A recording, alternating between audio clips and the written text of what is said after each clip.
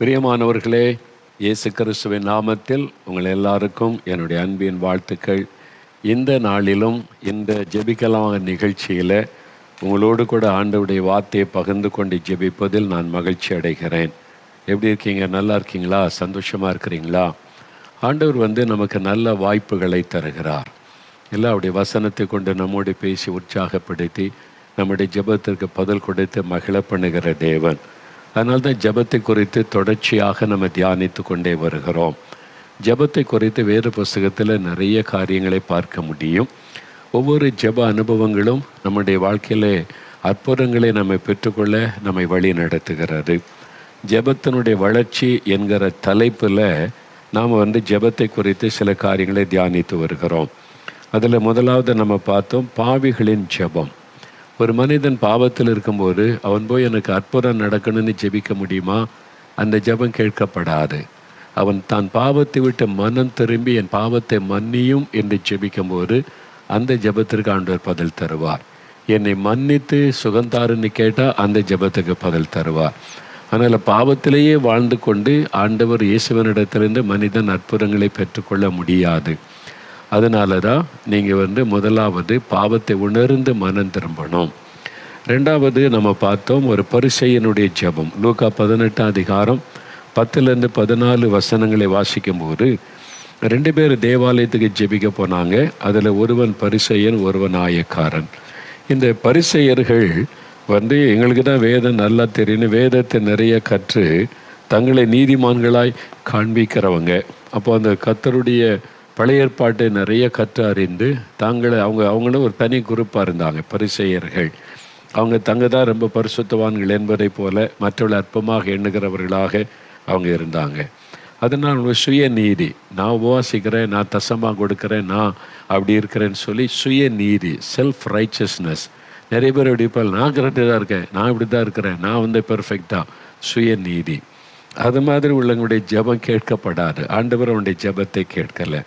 அதே சமயத்தில் இன்னொரு மனிதன் ஜெபிக்கிறான். லூக்கா 18ஆம் அதிகாரம் 13ஆம் வசனம் பாருங்கள், 110வது பக்கம். லூக்கா 18ஆம் அதிகாரம், புதிய ஏற்பாட்டில் 110வது பக்கம். லூக்கா 18ஆம் அதிகாரம் 13ஆம் வசனம்.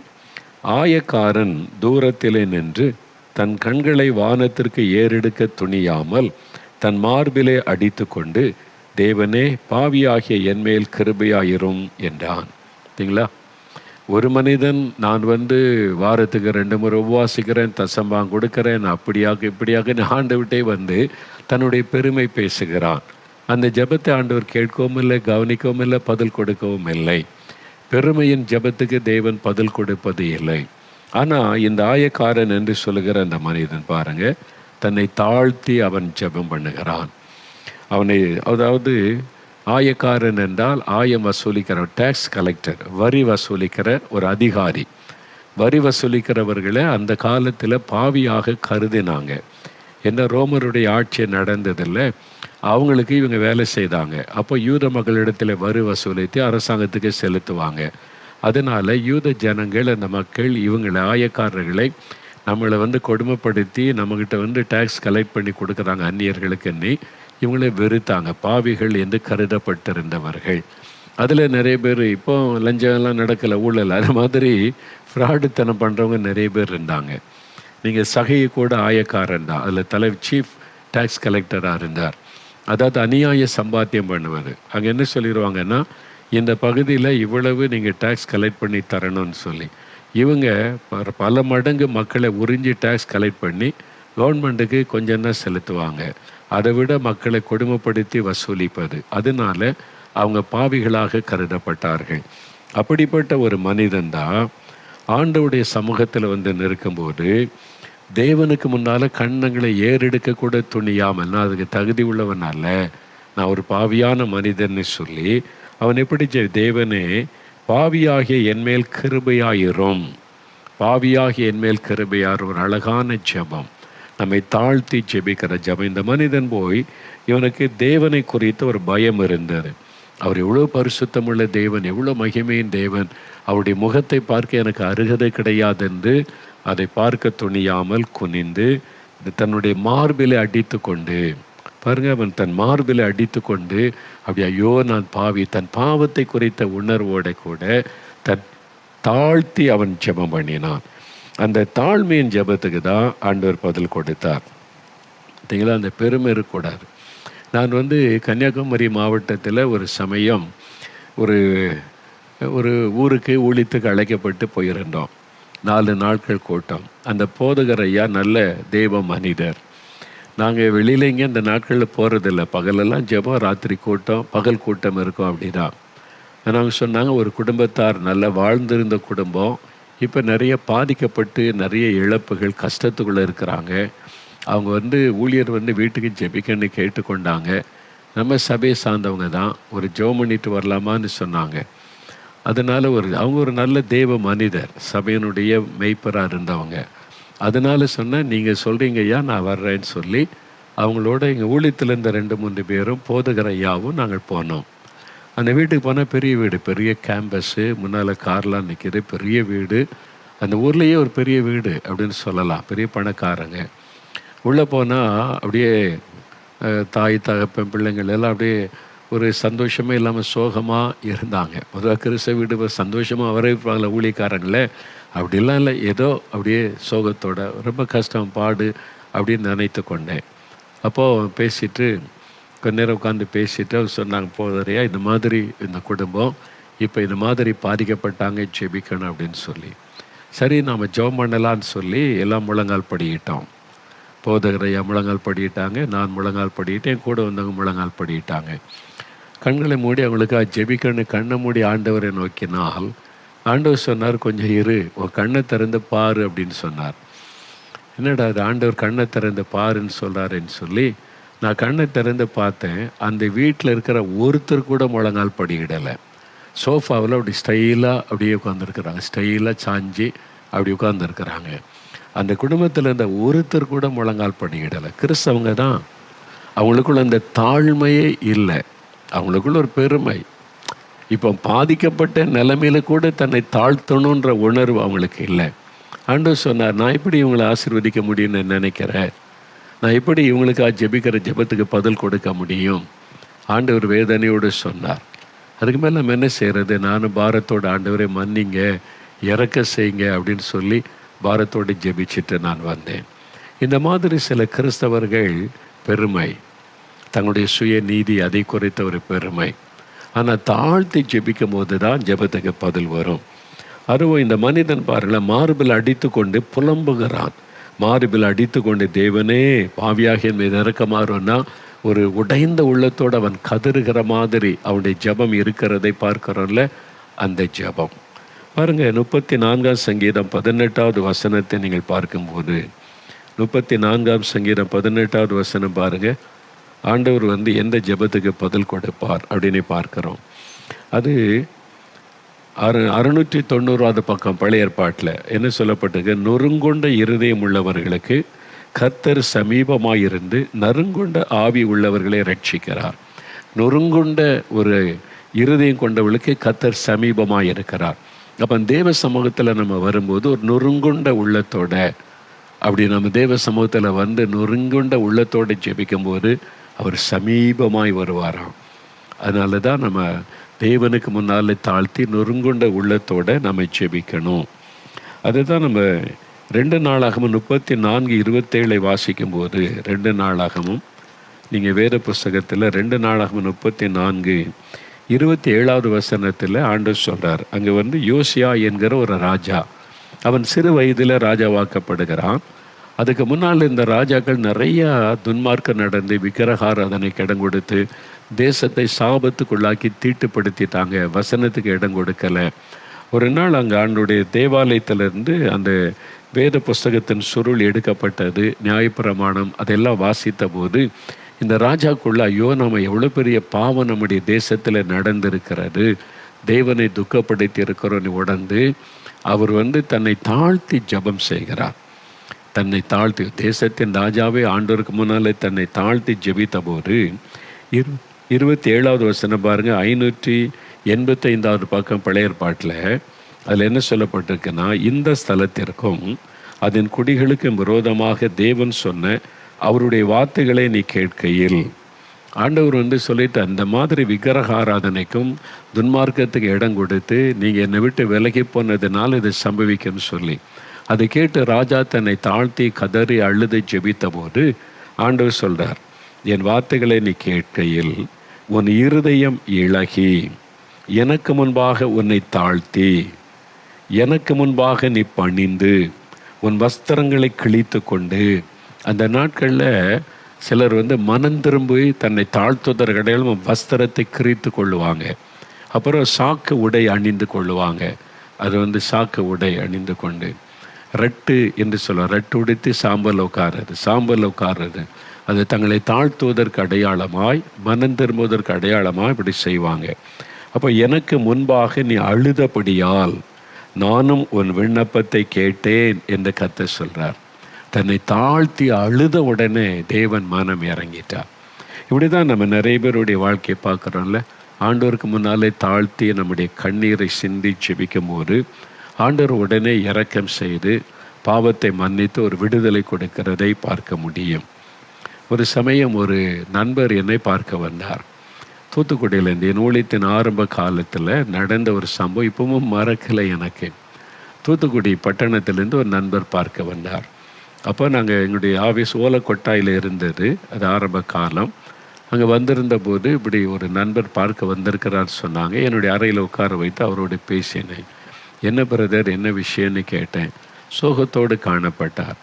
அவர் சொன்னார், நீங்கள் சில நாளைக்கு முன்னால் போன வாரம் எங்கள் ஊருக்கு கூட்டம் நடத்த வந்தீங்களா? ஆமாம், தூத்துக்குடியில் ஒரு பொதுக்கூட்டம் மைதானத்தில் நடைபெற்றது. எனக்கு இந்த மாதிரி பிரசங்கம் கூட்டம் அதெல்லாம் பிடிக்காது. அந்த மாதிரி கூட்டம் ஞாயிற்றுக்கிழமை ஆராதனைக்கு போக வருவோம், அவ்வளோதான். வேறு இந்த கூட்டம் இதெல்லாம் பிடிக்காத பிரசங்கெல்லாம். ஆனால் எங்களுடைய சபை போதகர் உங்கள் கூட்டத்துக்கு வந்தாங்க. அவங்க சொன்னாங்க, என்னை கொண்டு போய் சைக்கிளில் விட்டுருப்பா அந்த கூட்டத்தில்னு சொல்லி நான் சைக்கிளில் அவங்கள ஏற்றி கொண்டு வந்து அவங்கள கூட்டத்தில் விட்டேன்.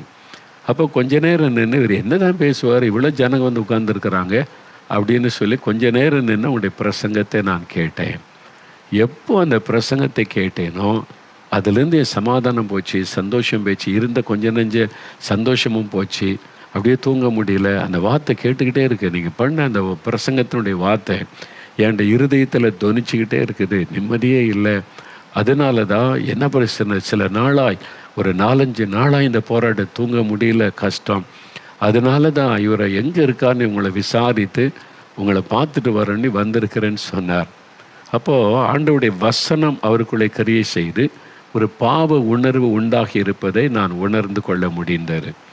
அப்போது எனக்காக ஜெபிக்கணுன்னார். சரின்னு 2 பேரும் முழங்கால் படிக்கிட்டோம். அப்போ அவர் எனக்கு சமாதானம் இல்லை, நிம்மதி இல்லை, இந்த மாதிரி கஷ்டம். அது மாத்திரம் இல்லை சொன்னார், நான் கூட்டத்துக்கெல்லாம் நான் போக மாட்டேன், சர்ச்சுக்கு போவேன், ஞாயிற்றுக்கிழமை பிரச்சனை பண்ணுறதுக்கே போவேன். நான் அங்கே போனாலே கூட்டம் முடிஞ்சு கமிட்டி மீட்டிங்னா பிரச்சனை பண்ணுவேன், சண்டை போடுவேன். இதான் என் வேலை. குடிப்பேன், வெறிப்பேன், மனைவியெல்லாம் அடிப்பேன், துன்பப்படுத்துவேன். இந்த மாதிரி ஆள் நான் ரவுடி மாதிரி நடந்து கொள்ளுவேன். இந்த மாதிரிலாம் நான் நடந்துட்டு அதெல்லாம் எனக்கு அப்படியே வாதிக்குது, உணர்த்துது. அப்படின்னோடனே நான் என்ன பண்ணுறது? அப்போ நான் சொன்னேன், நம்ம 2 பேரும் ஜெபிக்கலாம், இயேசு கிறிஸ்து உங்களுடைய பாவத்தை மன்னித்து சமாதானம் தருவார்னு முழங்கால் படியிட்டோம். அவரும் முழங்கால் படியிட்டார். நான் சொன்னேன், முதல்ல நீங்கள் ஜெபிங்க, அப்புறம் நான் ஜெபிக்கிறேன் அப்படின்னு. அவர் என்னை பார்த்து சொன்னார், எனக்கு ஜெபிக்க தெரியாது அப்படின்னார். கிறிஸ்தவர் தான். அவர் உண்மையை சொன்ன, ஜெபிக்கெல்லாம் தெரியாது, நான் அப்படிலாம் ஜெபிச்சதில்லை. இப்போ என்கிட்ட நீங்கள் சொன்னீங்கல்ல, நான் இது மாதிரி குடித்தேன், வெறிச்சேன், சண்டை போட்டேன், பாவம் செய்தேன், சமாதானமே இல்லை, ஆண்டவர் எனக்கு மன்னிக்கணும் சொன்னீங்கல்ல, அதான், அவ்வளோதான். கண்களை மூடி இப்போ நம்ம 2 பேர் மாத்திரம் இல்லைங்க, இயேசு இருக்கிறார். 2 பேர் 3 பேர் என் நாமத்தினால் எங்கே கூடினாலும் அங்கே இருக்கிறேன்னு இயேசு வாக்கு கொடுத்துருக்கிறார்ல, அவர் இங்கே தான் இருக்கிறார். நீங்கள் கண்களை மூடி இயேசுக்கிட்ட அதை சொல்லுங்கள், அவ்வளோதான் ஜெபம். உடைய மனசில் இப்போ என்கிட்ட சொன்னீங்கல்ல, அது அப்படியே இயேசுவேன்னு அவர்கிட்ட சொல்லுங்கள், அதான் ஜெபம்னு சொன்னேன். சரி அப்படின்னு சொல்லிட்டு கண்ணை மூடினார். இயேசுவே, நான் பாவியான மனுஷன், இது மாதிரி செய்தேன்னு 2 வார்த்தை ஆரம்பித்தார், அவ்வளோதான். அப்படியே சிறு பிள்ளை மாதிரி ஏங்கி ஏங்கி அழ ஆரம்பிச்சார். இருதயம் நொறுங்கி அப்படியே அழுகிறார், கண்ணீர் வடிக்கிறார். அப்படியே அழுது ஐயோ, நான் எவ்வளோ பெரிய பாவி, என் மனைவியை அடித்து கொடுப்படுத்தினேன், கமிட்டியில் போய் சண்டை போட்டு சபையில் ஆண்டவரே நாம் துக்கப்படுத்தினேன், அழுகிறார். அப்படியே அறிக்கிறார். ஜெபம் பண்ணவே தெரியாதுன்னார். கிட்டத்தட்ட 1/2 மணி நேரம் ஜெபிச்சுக்கிட்டே இருக்கார், அழுதுகிட்டே, இருதயம் நொறுங்கி அழுகிறார். திடீரென்று அப்படியே டக்குன்னு ஜெபம் நின்று விட்டார். என்னடா அது ஜெபம் முடிக்கலை, அப்படியே அப்ரப்டாக நிற்குதுன்னு சொல்லி நான் கண்ணை திறந்து அவரை பார்த்தேன். அப்படியே கண்ணெல்லாம் கண்ணீர், சட்டையெல்லாம் நனைஞ்சிருக்கிறேன். அவர் சொன்னார், வெளியே சொல்ல முடியாத பாவத்தை நான் செஞ்சுருக்கிறேன், அதெல்லாம் கூட ஆண்டவர் உணர்த்துகிறார். நீ இந்த மாதிரிலாம் பாவம் செய்தியாப்பா அப்படின்னு உணர்த்துகிறார். அதை சொல்லவே எனக்கு நான் கூசுதே, அதனால் என்ன செய்கிறதுன்னார். நான் சொன்னேன், நீங்கள் செய்கிற பாவம் எனக்கு தெரிய வேண்டிய அவசியம் இல்லை, ஆண்டவர் தான் உங்களுக்கு உணர்த்துகிறார். கண்ணை மூடி நீங்கள் இருதயத்தில் அறிக்கையிட்டு செவிங்க. ஆண்டவர்கிட்ட சொல்லுங்கள், உண்மைதான் இந்த பாவத்தை செஞ்சுட்டேன், மன்னிச்சிருங்க ஆண்டவரை என்னை. அவ்வளோதான். சிறு பிள்ளை போல் அழுதார். இருதயம் நொறுங்கி அவரையே கண்ணீர் விட்டு அழுதார். தன் பாவத்திற்காக மனம் கசந்து அவர் அழுதார். 1/2 மணி நேரம் ஜெபிச்சிருக்கிறார். ஜெபம் பண்ணவே தெரியாது என்னவர். அப்புறம் அவர் ஜெபிச்சு முடித்த பிறகு நான் அவருக்காக ஜெபம் பண்ணேன். ஒரு சிறு ஜெபம் பண்ணேன், அவ்வளோதான். முழங்கால விட்டு எழும்பும்போது அவருடைய முக ரூபமே மாறி இருந்தது. அப்படியே ஒரு மன மகிழ்ச்சி, ஒரு பெரிய சந்தோஷம், துக்கமெல்லாம் நீங்கள். அவர் சொன்னார், எனக்கு ரொம்ப சந்தோஷமாக இருக்குது, இந்த பாரெல்லாம் போயிட்டு எனக்கு அப்படியே லகுவாக இருக்குது, எப்படி அந்த சந்தோஷம் சொல்கிறதுன்னு தெரியல என்பதாய் சொன்னார். அதான் ரட்சிப்பின் சந்தோஷம். இந்த மகன் தன்னை தாழ்த்தி பாவியாக என் மீது கிருபையாருன்னு சொன்ன உடனே நீதிமானாக்கப்பட்டவராய் திரும்பி போனார். ஆண்டவருடைய ஜெபத்துக்கு பதில் கொடுத்தார், தன்னை தாழ்த்தி ஒப்பு கொடுத்து ஜெபித்ததுனால. அப்போ நறுங்குண்ட இருதயத்தோடு ஆண்டவரிடத்தில் நம்முடைய குறைகளை அறிக்கையிட்டு ஜெபிக்கணும்.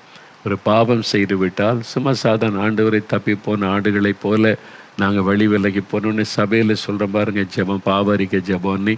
வெறும் உதட்டில் இருதயம் இணையாட்டால் அந்த ஜெபத்தில் பிரயோஜனம் கிடையாது. உதட்டில் சொல்கிற ஜெபத்துக்கு பதில் வராது. இருதயம் நொறுங்கி இருதயத்திலிருந்து அந்த ஜெபத்தை ஏறெடுக்கணும். அதுதான் ரொம்ப முக்கியம். வாயக்காரனுடைய ஜெபம் பாருங்கள், இருதயம் நொறுங்கி தன்னை தாழ்த்தி ஜெபித்தார்.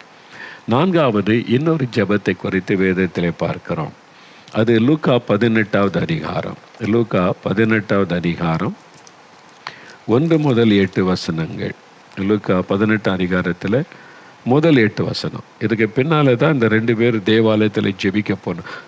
பரிசேயன் ஆயக்காரன் ஜெபம். இந்த 18 அதிகாரம் 1லேருந்து 8 வசனத்தில் பாருங்கள், அங்கே ஒரு ஜெபம் சொல்லப்படுகிறது.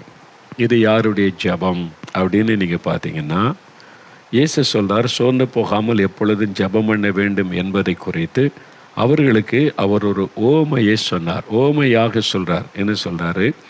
ஒரு பட்டணத்தில் ஒரு நியாயாதிபதி இருந்தான். அவன் தேவனுக்கு பயப்படாதவனும் மனுஷரை மதியாதவனுமாயிருந்தான். அந்த பட்டணத்திலே ஒரு விதவையும் இருந்தாள். அவள் அவனிடத்தில் போய், எனக்கும் என் எதிராளிக்கும் இருக்கிற காரியத்தில் எனக்கு நியாயம் செய்ய வேண்டும் என்று விண்ணப்பம் பண்ணினாள். இங்கே ஒரு விதவையினுடைய விண்ணப்பம், விதவையினுடைய ஜெபம். நீங்கள் பாருங்கள், இயேசு ஒரு ஓமையை சொன்னாலும் அதில் ஒரு முக்கியமான கருத்தை ஆண்டவர் சொல்கிறார். அதாவது அதில் ஒரு மனுஷி என்றோ ஒரு பெண் என்றோ சொல்லாதபடி ஆண்டவர் என்ன சொல்கிறார்? ஒரு விதவை அப்படின்னு குறிப்பாக சொல்கிறார். விதவையினுடைய ஜெபம் உங்களுக்கு விளங்கி இருக்கும். அந்த தேசத்தில் நியாயாதிபதி, ஜட்ஜு, அந்த காலத்தில் ராஜாக்கள் அவங்க தான் நியாயாதிபதிகளாக இருந்தாங்க. அவங்கள்ட்ட தான் போய் மக்கள் முறையிடுவாங்க. இவளுக்கு ஒரு பிரச்சனை இருந்தது விதவைக்கு. அதை அந்த நியாயாதிபதி இடத்துல முறையிட்டாள், விண்ணப்பம் பண்ணினாள், எனக்கு நியாயம் செய்யணும் அப்படின்னு சொல்லி. ஒரு விதவை இருந்தாள் என்று ஆண்டவர் சொன்னார். விதவையினுடைய ஜெபம். அப்போ விதவை அப்படின்னு சொல்லி வரும்போது பெண்கள் புருஷனை இழந்து நிற்கும்போது அவங்க விதவைகள் என்று அழைக்கப்படுறாங்க. வேதத்தில் பார்க்கிறோம், அவர் விதவைகளின் தேவன் என்பதை உணர்ந்து கொள்ள முடியும். விதவைகள் மீது அன்பும் அக்கறையும் உள்ள தேவனுமாய் இருப்பதை பார்க்க முடியும். நீங்கள் ஒரு விதவையாக இருந்தால் மற்ற எல்லாரை விட உங்கள் மேலே ஆண்டவர் ரொம்ப கரிசனை உள்ளவர். ஏன் அப்படி விதவைகள் மீது தேவன் அவ்வளவு கரிசனையும் அக்கறையும் உள்ள தேவனாய் இருக்கிறார் என்றால், வேதத்தில் சொல்லப்பட்டிருக்கிறது, பெண் பிள்ளைகள் என்றால் அவங்க திருமணமாகும் வரைக்கும் தகப்பனை சார்ந்து அவங்க வாழுவாங்க.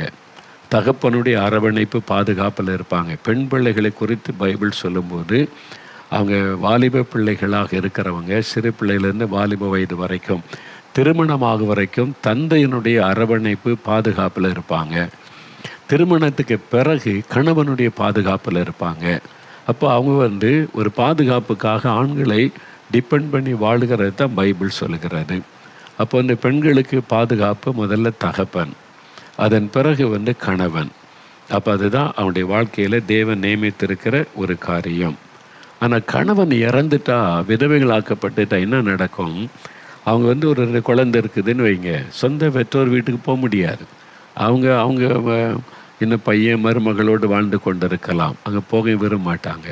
கணவனுடைய குடும்பத்தார் சில சமயத்தில் கைவிட்டுருவாங்க, என் பையனே இறந்துட்டான் இனிமேல் என்ன அப்படின்னு சொல்லி. அப்போ இங்கே தனித்து விடப்பட்ட நிலைமையில் இவங்க யாரை மட்டும்தான் நம்ப முடியும்? அவங்களுடைய நம்பிக்கை முழுவதும் கர்த்தர் மேலே, விசுவாசம் முழுவதும் கர்த்தர் மேலே. இனிமேல் ஆண்டவரே எனக்கு யார்? நீங்கள் தான் எனக்கு எல்லாமே. வாலி பிள்ளைகளை தகப்பன் இருக்க வரைக்கும் தகப்பனை சார்ந்திருப்பாங்க. இப்போ கணவன் இருக்க வரைக்கும் கணவனை சார்ந்திருப்பாங்க. கணவன் இல்லாத பட்சத்தில் தான் விதவைகள் ஆக்கப்பட்ட உடனே அவனுடைய வாழ்க்கை முறையே மாறும். அவங்களுக்கு என்ன வேணுனாலும் இதுக்கு முன்னால் கணவர்கிட்ட தான் சொல்லுவாங்க, இது வேணும், அது வேணும், இதை செய்யுங்க, அதை செய்யுங்க, பிள்ளைக்கு செய்யுங்கன்னு. இப்போ யாரும் இல்லை. இப்போ என்ன உலக பிரகாரமாக மனிதர்கள் யாரும் உதவி இல்லாத போது தேவனிடத்தில் போவாங்க. அவங்க கர்த்தரோடு நெருங்கி இருந்து கர்த்தரிடத்துல தான் தன்னுடைய காரியத்தை எல்லாம் சொல்லி கர்த்தரை சார்ந்து வாழ்கிற பழக்கம் வந்துடும். அதனால தான் விதவைகளை குறித்து வேதத்தில் ரொம்ப அருமையான காரியம்லாம் சொல்லப்பட்டிருக்கிறது. நீங்கள் 1 தீமோத்தேயு 5ஆம் அதிகாரம் 5ஆம் வசனம் பாருங்கள். வேதத்தில் 1 தீமோத்தேயு 5ஆம் அதிகாரம் 5வது வசனத்தில், அது 288வது பக்கம் புதிய ஏற்பாட்டில் நீங்கள் பாருங்கள். 5வது வசனம், 5வது அதிகாரம் 5வது வசனத்தில், உத்தம விதவையாயிருந்து தனிமையாக இருக்கிறவள் தேவனிடத்தில் நம்பிக்கை உள்ளவளாய் இரவும் பகலும் வேண்டுதலிலும் ஜெபங்களிலும் நிலைத்திருப்பாள். சரிங்களா? விதவையாக இருக்கவங்கள பாருங்களேன், நீங்கள் வீடுகளில் இருப்பாங்க, பார்த்துருக்கீங்களா? அவங்க தேவனிடத்தில் நம்பிக்கை, கர்த்தர் தான் இனிமேல் எனக்கு எல்லாமே. ஏன்னா யார்கிட்டையும் கேட்க முடியாது, கணவர் இல்லை. இப்போ நான் அவரை தான் சார்ந்து வாழணும், கர்த்தர் தான் எனக்கு எல்லாம், ஆண்டவர் தான், இயேசு தான். நீ ஆண்டவரை சார்ந்து வாழ்வாங்க. இரவும் பகலும் ஆண்டவரிடத்தில் தான் ஜெபிப்பேன், என்னன்னாலும் ஆண்டவர் தெரியப்படுத்துவாங்க. வசனம் சொல்லியிருப்பாருங்க, தேவனிடத்தில் நம்பிக்கை உள்ளவளாய் இரவும் பகலும் வேண்டுதலிலும் ஜெபங்களிலும் நிலைத்திருப்பாள் என்று சொல்லப்படும். விதவையானவள் தேவனிடத்தில் இரவும் பகலும் ஜெபம் பண்ணி விழித்திருப்பாள் என்பதாக. அப்போ நீங்கள் ஒரு விதவையாக இருந்தீங்கன்னா உங்களுடைய ஜெபத்தை தேவன் கேட்க எப்பவும் ஆயத்தமாக இருக்கிறார். நீங்கள் இரவும் பகலும் அவர் மேலே தான் நம்பிக்கை வைக்கணும், அவரை தான் சார்ந்து கொள்ளணும்னு வேதம் சொல்லுகிறது. நிறைய விதவைகளுக்கு ஆண்டவர் செய்த அற்புதங்கள் வேத புஸ்தகத்தில் எழுதப்பட்டு இருக்கிறது. நாயின் ஊருக்கு போகிறாரு, ஒரு விதவை அழுது கொண்டு வருகிறாள். தன்னுடைய ஒரே மகன் மரித்து விட்டான். இயேசுவால் அதை தாங்கிக் கொள்ள முடியல, மனது உருகுகிறார். அந்த விதவையின் கண்ணீர் இயேசுடைய உள்ளத்தை அசைத்து விட்டார். அவர் போய் சொல்கிறார், ஸ்திரீ அழாதே, நீ அழாத, நீ அழுத என்னால் தாங்கிக் கொள்ள முடியல. அப்போ அவனுடைய அழுகையை மாற்றணுமான ஒரே வழி, மரித்து போன மகன் உயிர் பெறணும். அந்த மகனை வச்சு தான் ஆறுதல் படுத்த முடியும். ஆண்டவர் இந்த அற்புதத்தை செய்தார். ஒரு விதவையின் கண்ணீரை துடைக்க மரித்து போன மகனை உயிரோடு எழுப்பினார். பாருங்கள், அப்படி தான் ஆண்டவர் விதவைகள் மீது அக்கறை உள்ள ஒரு தேவன். நீங்கள் நினைக்கலாம், ஒரு விதவையாக இருக்கலாம், எனக்கு யாருமே இல்லை, எனக்கு யாரும் ஹெல்ப் பண்ணுவதற்கு இல்லை, தனிமையாக நான் போராடி கொண்டு இருக்கிறேன். இல்லை, இயேசு உங்கள் மேலே ரொம்ப அன்பும் அக்கறையும் உள்ள தேவன். ஆனால் வேதவசனம் சொல்லுகிறபடி உத்தம விதவையாக இருப்பதற்கு உங்களை அர்ப்பணித்து கொள்ளணும். அதில் சில இளம் விதவைகள், அவங்களை குறித்து இந்த உத்தம விதவைகள் கூட்டத்தில் அவங்களை சேர்த்து கொள்ளாத அப்படின்னே ஒரு ஆண்டவர் சொல்கிறார். ஏன்னா அவங்க திடீர்னு திருமணம் செய்து கொள்ள வாய்ப்பு இருக்கிறது, அவங்களுக்கு இன்னொரு வாழ்க்கை அமையலாம். ஆனால் கொஞ்சம் 2 பிள்ளைகள் இருக்கிறது, கொஞ்சம் வயசாயிட்டுன்னா அவங்க இனி அடுத்த வாழ்க்கையை நினைக்க மாட்டாங்க. இந்த பிள்ளைகளை நான் வளர்த்து ஆளாக்கணும்னு நினைப்பாங்க. அப்போ இந்த பிள்ளைகளுடைய தேவைகள், தன்னுடைய தேவைகளுக்கு யார்கிட்ட கேட்க? ஆண்டவர் தான். அதனால் தான் ஆண்டவர் சொல்றார், விதவைகளையும் திக்கற்ற பிள்ளைகளை விசாரிக்கிறது. அது ஒரு பக்தி, மாசில்லாத பக்தி. நம்ம ஆண்டவர் மேலே அன்பு விசுவாசமாக இருக்கிறோன்னா, ஆண்டவரை விசுவாசிக்கிறது சொன்னால் மாத்திரம் போதாது. நம்ம பைபிள் வாசிக்கிறோம், ஜெபிக்கிறோம், ஆண்டவரோடு இருக்கிறது சொன்னால் மாத்திரம் போதாது. விதவைகளையும் திக்கற்ற பிள்ளைகளையும் விசாரிக்க வேண்டும் என்று ஆண்டவரை சொல்கிறார். அதுதான் சுத்தமான பக்தி. அப்போ பக்தியில் ஒரு காரியம், விதவைகள், அதாவது அவங்களுக்கு யார் இல்லாமல் இருக்கிற உத்தம விதவைகள், வயதான காலத்தில் தனிமைப்பட்டவங்களை விசாரிப்பது, அவங்களிடத்தில் அன்பு காட்டுவது, அவங்களுக்கு உதவி செய்வது. அதனால தான் இப்போ எங்கள் சர்ச்செல்லாம் விதவைகளுக்குன்னு மாதந்தோறும் உதவித்தொகை கொடுக்க நாங்கள் சபையில் ஒழுங்கு செய்திருக்கிறோம். நல்ல மாதத்தில் ஒரு நாள் விதவைகளை அழைத்து அவங்களுக்கு ஒரு கூட்டம் நடத்தி நல்ல உணவு கொடுத்து சந்தோஷமாக அனுப்புவோம். கிறிஸ்மஸ் காலங்களில் உடை கொடுக்கும்போது விதவைகளுக்கு முதலிடம் கொடுப்போம். உதவியற்ற ஆதரவற்ற விளைந்த உதவிகளை தேடி போய் அவங்க என்ன கலரில் எப்படி சேரீ கேட்குறாங்களோ அதை நோட் பண்ணி அதை வாங்கி கொடுப்போம். அவங்களுக்கு ஒரு சந்தோஷம். அதனால் விதவைகள் குறித்து தேவன் மிகவும் அக்கறை உள்ள தேவன். இங்கே ஒரு விதவையினுடைய ஜெபத்தை குறித்து தான் ஆண்டவர் சொல்றார். அந்த விதவை அந்த நியாயாதிபதி இடத்துல முறையிடுகிறாள். அவன் பதிலே சொல்ல மாட்டேங்கிறான். ஆனால் அந்த விதவையுடைய ஜெபத்தை பாருங்கள், விடலை. திரும்ப திரும்ப திரும்ப தினம் தன்னுடைய விண்ணப்பத்தை செலுத்தி கொண்டே இருக்கிறாள். இந்த ஆள் பதில் சொல்ல மாட்டேங்கிறான். இந்த ஆள் நீதி உள்ளவன் அல்ல, நீ போயிடல, இவர் தான் எனக்கு நியாயம் செய்ய முடியும்னு திரும்ப திரும்ப ஜெபிக்கிறாள். அதே மாதிரி தான் நீங்கள் ஜெபத்தை விட்டு விடக்கூடாது. ஒரு முறை ஜெபிச்சோம் பதில் வரலையா விட்டுறக்கூடாது. 5 நாள் ஜெபிச்சோம், 10 நாள் ஜெபிச்சோம், பதில் வரலையா விடக்கூடாது. தொடர்ந்து ஜெபிக்கணும். அதைத்தான் நம்ம பார்க்கிறோம். பாருங்கள், அந்த விதவை விடாமல் ஜெபித்து கொண்டே இருந்ததை நம்ம பார்க்கிறோம். இன்னொரு வசனத்தில் பரிசுத்த லூக்கா எழுதின சுவிசேஷம் 2ஆம் அதிகாரம் 36-37 வசனத்தில் ஒரு விதவை குறித்து சாட்சியாக எழுதப்பட்டிருப்பதை பார்க்கிறோம். பரிசுத்த லூக்கா எழுதின சுவிசேஷம் 2ஆம் அதிகாரம் 36-37 வசனம் பாருங்கள். பைபிளை புரட்டி எடுத்துக்கொள்ளுங்க. புதிய ஏற்பாட்டில் 80வது பக்கம் எடுத்துட்டிங்களா? அதில் லூக்கா 2ஆம் அதிகாரம் 36-37 வசனங்கள் எடுத்துட்டீங்களா? பாருங்கள். 80வது பக்கத்தில் ஆசேருடைய கோத்திரத்தாலும் பானுவேலின் குமாரத்தியும் ஆகிய அன்னாள் என்னும் ஒரு தீர்க்கதரிசி இருந்தாள். அவள் கன்னி பிராயத்தில் விவாகமானது முதல் 7 வருஷம் புருஷுடனே வாழ்ந்தவளும் அதிக வயது சென்றவளுமாய் இருந்தாள். ஏறக்குறைய 84 வயதுள்ள அந்த விதவை தேவாலயத்தை விட்டு நீங்காமல் இரவும் பகலும் உபவாசித்து ஜெபம் பண்ணி ஆராதனை செய்து கொண்டிருந்தாள். சரிங்களா? ஒரு தீர்க்கதரிசி. அவள் இயேசு கிறிஸ்து குழந்தைக்கு தேவாலயத்தில் கொண்டு வந்தபோது அவளுடைய தீர்க்கதரிசன அபிஷேகத்தினால் அறிந்து இயேசுவை கையிலேந்தி ஆசீர்வதிக்கிறதே நம்ம பார்க்கிறோம். அவளுக்கு என்ன சொல்லப்படும்? 84 வயதான ஒரு விதவை தாய். அவங்க இரவும் பகலும் உபவாசம் பண்ணி ஜெபித்து தேவாலயத்தை விட்டு போகிறதே இல்லை, தேவ சமூகம். அப்போ ஒரு விதவையினுடைய முழு டிபெண்டன்சி, தன்னுடைய சார்ந்திருப்பது கர்த்தர் இயேசு, அவருடைய பிரசன்னம். அவர் தான் எனக்கு எல்லாமே. இரவும் பகலும் அவரை சார்ந்திருப்பார், அவரை நோக்கி ஜெபிப்பார், உபவாசம் பண்ணுவார். பார்த்திங்களா? அந்த விதவை குறித்து சாட்சியாக சொல்லப்பட்டு இருக்கிறதை நம்ம பார்க்கிறோம். அதனால் நீங்கள் ஒரு விதவை சகோதரியாக தாயாராக இருந்தால் நீங்கள் இயேசுவை நல்லா நெருங்கி சார்ந்து கொள்ளுங்க. ஏன்னா அவர் உங்களுடைய தேவன், உங்கள் மேல் அன்பும் அக்கறையும் உள்ள தேவன். உங்களுடைய காரியங்களை அவருக்கு தெரியப்படுத்துங்க, ஜெபத்தில் அவருக்கு தெரியப்படுத்துங்க. அவர் உங்களுக்காக எல்லாவற்றையும் செய்கிற தேவனாக இருக்கிறார். உபவாசம் பண்ணி எப்பொழுதும் ஜெபம் பண்ணுங்க என்பதாக நாம் பார்க்கிறோம். இந்த விதவை பெண்ணை போல நீங்களும் அப்படி ஜெபிங்க அப்படின்றதான் உங்களுக்கு கொடுக்கப்படுகிற ஆலோசனை. சரி, இந்த நேரத்தில் ஆண்டவர் சொன்ன அந்த விதவை, அந்த பெண், அந்த சகோதரி ஜெபித்த ஜெபத்தை குறித்து லூக்கா 18 இயேசு சொல்கிறார்ல, அந்த ஜெபம் அவங்க தினமும் ஜெபிக்கிறாங்க. நியாயாதிபதி பதிலே சொல்ல மாட்டேங்கிறான், ஏன்னா அநீதி உள்ள நியாயாதிபதி. அதனால் ஒரு நாள் இவங்க தொடர்ந்து வந்து ஜெபிக்கிறதுனால அந்த அநீதி உள்ள நியாயாதிபதி மைண்டில் என்ன வருது? இந்த விதவை என்னை எப்பொழுதும் தொந்தரவு செய்கிறபடியால் இவள் அடிக்கடி என்னை அலட்டாதபடி இவளுக்கு நியாயம் செய்ய வேண்டும் என்று தனக்குள்ளே சொல்லி கொண்டான். இவள் டெய்லி அலட்டிக்கிட்டே இருக்கிறா, எனக்கு நியாயம் செய்யுங்க நியாயாதிபதியேன்னு சொல்லி. அதனால் இவளுக்கு தொந்தரவு பொருட்களை இவளுக்கு செஞ்சிருவோன்னு சொல்லி. அப்போ ஆண்டவர் வாக்கு வந்தபடியே தேவன் தம்மை நோக்கி இரவும் பகலும் கூப்பிடுகிறவர்களாகிய தம்மால் தெரிந்து கொள்ளப்பட்டவர்களின் விஷயத்தில் நீடிய பொறுமுள்ளவராயிருந்து நியாயம் செய்யாமல் இருப்பாரோ? சீக்கிரத்திலே அவளுக்கு நியாயம் செய்வார். இரவும் பகலும் ஜெபிக்கிறார், இரவும் பகலும். ஏன்னா விதவைகளுக்கு சில குடும்ப பொறுப்புகள் இருக்கலாம், பிள்ளைகள் இதெல்லாம். சில குடும்பத்தில் அவங்க வயதான அந்த தாய்மாராக இருப்பாங்க, பிள்ளைகள் பேர பிள்ளைகள்லாம் வந்திருப்பாங்க. அவங்க குடும்பத்தார் மருமகள் அல்லது மகள் கவனித்து கொள்வாங்க. இவங்களுக்கு அதிக வேலை இருக்காது, இவங்க அதுக்குள்ள அறையிலே இருப்பாங்க.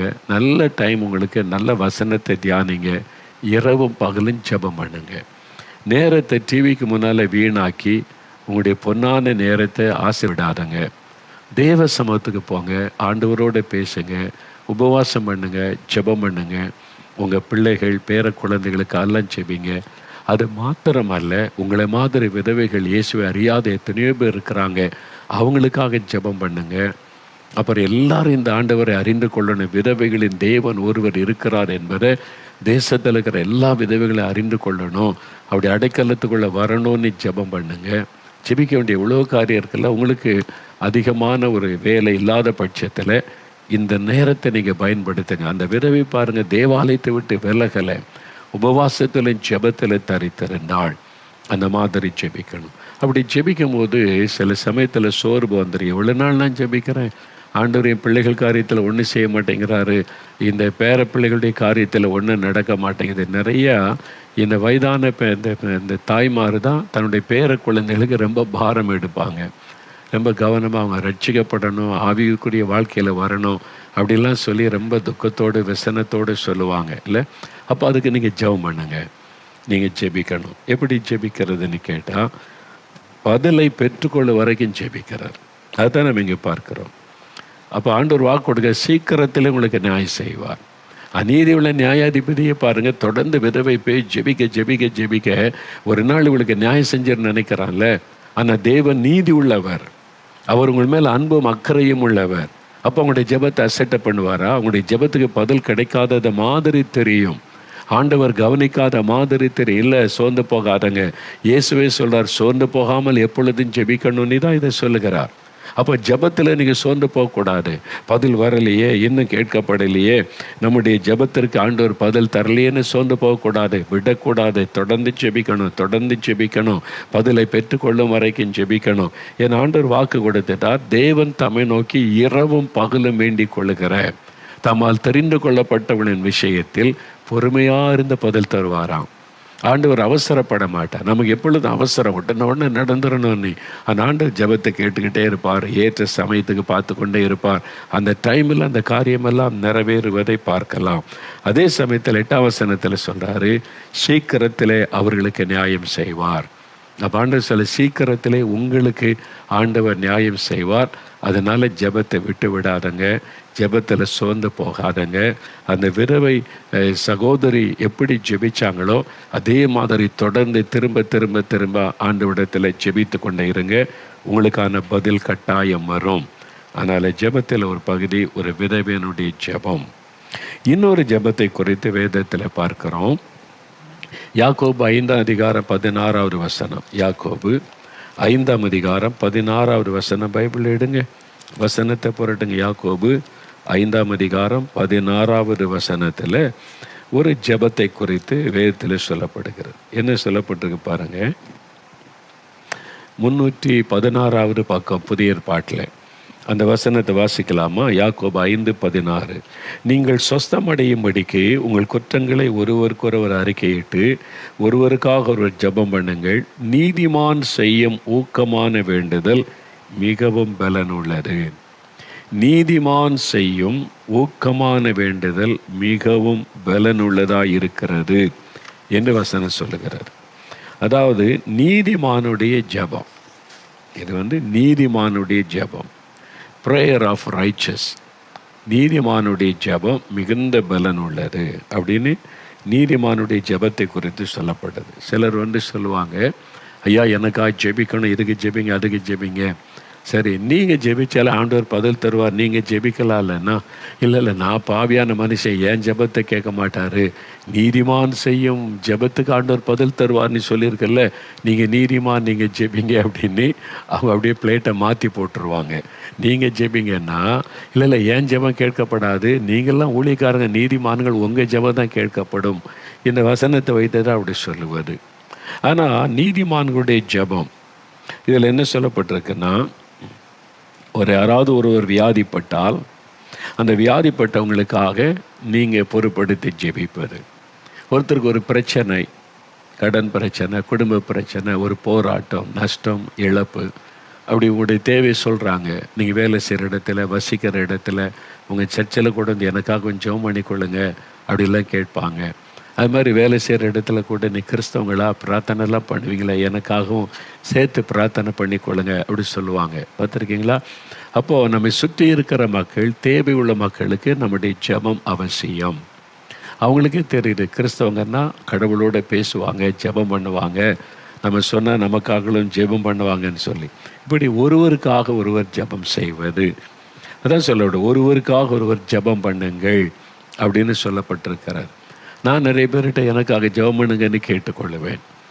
நான் ஊழியக்காரன், நான் ஜெபிக்கிற ஆண்டவர் தான் என் ஜெபத்தை கேட்கிறாரு அப்படின்னு நினைப்பேன். எனக்கும் ஜெபம் தேவை, மற்றவருடைய ஜெபம் தேவை. அதனால் மற்றவருடைய ஜெபத்தை கேட்பேன், எனக்காக ஜெபம் பண்ணிக்கொள்ளுங்கள் என்பதாய் நான் கேட்பேன். அப்படி ஒருவருக்காக ஒரு ஜெபிப்பது ரொம்ப முக்கியம். சகோதரர் டிஜிஎஸ் தினகரன் அவங்ககிட்ட நான் நிறைய கற்றுக்கொண்டேன். நான் 79வது வருஷம் முதல் முறை அவங்க பார்க்கணுன்னு நான் அவங்களுக்கு ஒரு கடிதம் தான் எழுதியிருந்தேன், ஜெபிக்கிறோன்னு சொல்லி. உங்களை நான் பார்க்கணும் தம்பி வாங்க அப்படின்னு சொல்லி. அந்த காலத்தில் டெலகிராம் தான், இந்த மாதிரி உள்ள ஃபோன் வசதிலாம் கிடையாது. டெலகிராம் வந்தது. அப்போ அதை எடுத்துக்கொண்டு நான் சென்னையில் அந்த ஆஃபீஸுக்கு போனேன். முதல் பர்சனலாக அவங்கள பார்க்க போகிறேன். அப்போ ஒரு பெரிய எக்ஸைட்மெண்ட், ஆவல் எல்லாம் இருக்குது. எனக்காக அவங்க ஜெபம் பண்ணணும், நான் அப்போ தான் ஊழியத்துக்கு வந்திருக்கிறேன் அப்படின்னு ஒரு ஆசையோடு போயிருக்கிறேன். அவங்க என்னை கூப்பிட்டு உட்கார வச்சு முதல் முறை பர்சனலாக பேசுகிறோம். நான் மற்றபடி கூட்டத்தில் தான் பார்த்துருக்குறேன். என்ன செய்கிறீங்க தம்பி, 4 மாவடி ஊழியம் எல்லாம் கேட்டு ரொம்ப கரிசனாக விசாரித்தாங்க. அப்புறம் கடைசியில் என்னொன்று, தம்பி எனக்காக ஜெபம் பண்ணுங்கன்றாங்க. எனக்கு கை காலெலாம் ஆடி போச்சு. அவங்க நமக்காக ஜெபிக்கணும் தான் நான் போயிருக்கிறேன். அவங்க தெய்வ மனிதர், எனக்காக ஜெபிக்கணும்னு. அவங்க சொல்கிறாங்க, தம்பி எனக்காக ஜெபம் பண்ணுங்க அப்படின்றாங்க. நான் அப்படியே ஒரு நிமிஷம் அமைதி ஆகிட்டேன், என்ன சொல்கிறேன்னு தெரியல. ஆனால் அவங்க சொல்கிறாங்களே நம்ம ஜெபிக்கணும்னு அவங்களுக்காக ஜெபித்தேன். அப்போது அதன் பிறகும் அடிக்கடி எங்கே ஊழித்து போனாலும் எனக்கு ஃபோன் பண்ணி, தம்பி எனக்காக ஜெபம் பண்ணணும், நான் பம்பாய்க்கு ஊழித்து போகிற கூட்டம் இருக்குது, இங்கே பூனாவில் கூட்டம் இருக்குது தம்பி ஜெபம் பண்ணுங்க. ஒவ்வொரு ஊழித்து போகும்போதும் ஃபோன் பண்ணி நான் எங்கே இருந்தாலும் காண்டாக்ட் பண்ணி என்கிட்ட ஜெபம் பண்ணுங்க தம்பின்னு கேட்பாங்க. அவ்வளோ பெரிய தெய்வ மனிதர், கர்த்தர் அவங்களை கொண்டு எவ்வளோ அற்புத அடையாளம் செய்கிறார். ஆனால் அவங்களுக்கு தெரிந்தது எனக்கும் ஜெபம் தேவை. அதுலேருந்து நான் கற்றுக்கொண்டேன், என்னை தாழ்த்தி நானும் மற்றவனுடைய எனக்காக ஜெபம் பண்ணுங்க. அப்போ எனக்கும் மற்றவனுடைய ஜெபம் தேவை அது என்பதை நான் அறிந்து கொண்டு நிறைய பேர்கிட்ட கேட்பேன். அப்படி ஒருவருக்காக ஒருவர் ஜெபம் செய்வது. அப்போது இது ஒரு நல்ல அனுபவம், வேதம் சொல்லுகிற ஒரு காரியம். பவுல் கூட பாருங்கள், அதை அறிந்து தான் எனக்காக வேண்டிக் கொள்ளுங்கள் என்று விசுவாசிகளிடத்தில் கேட்கிறார். ஊழியக்காரங்களுக்கும் ஜெபம் அவசியம். அப்போ இங்கே ஒருவருக்கு அவர் ஜெபிக்கும் போது, நம்ம வசிக்கிற இடத்துல, நம்முடைய தெருவில், கிராமத்தில், வேலை செய்கிற இடத்துல மற்றவங்க தேவையோடு இருக்கும்போது நீங்கள் அன்பை விசாரிச்சிங்கன்னா, உங்களுக்காக நான் ஜெபம் பண்ணி கொள்கிறேன்னா உடனே சொல்லுவோம், மனம் திறந்து எங்கள் வீட்டில் இந்த பிரச்சனை ஜெபிக்கிறீங்களா, அவங்க இயேசுகிட்ட வேண்டிக் கொள்ளுங்கள் அப்படிலாம் சொல்லுவாங்க. அப்படி நீங்கள் செய்யும்போது, அப்படி மற்றவர்களுக்காக நீங்கள் ஜெபிக்கும்போது நீதிமான் செய்யும் ஊக்கமான வேண்டுதல் மிகவும் பலனுள்ளதாக இருக்கிறது. அப்படி ஜெபிக்கிற நீங்கள் நீதிமானாக இருக்கணும். நீங்களும் பாவத்தை வைத்துக்கொண்டே அடுத்தவங்களுக்காக ஜெபிச்சிங்கன்னா அந்த ஜெபம் கேட்கப்படாது. அப்போ நீதிமானாக இருக்கிறதனுடைய பாவத்தை விட்டு மனம் திரும்பி இயேசுவின் இரத்தத்தினால் கழுவப்பட்டவர்கள் தான் நீதிமான்கள். அவ்வளோதான் வேதம் சொல்லுகிறார். அப்புறம் நீதியாய் நடந்து கொள்ளணும். வேத வசனத்தின்படி நம்முடைய செயல்கள், பேச்சு எல்லாமே நீதியாக இருக்கணும். அநீதியான காரியத்துக்கு இடம் கொடுக்கக்கூடாது. அவங்களுடைய ஜெபத்துக்கு தான் வல்லமை இருக்கிறது, அதை அறிந்து கொள்ளணும்.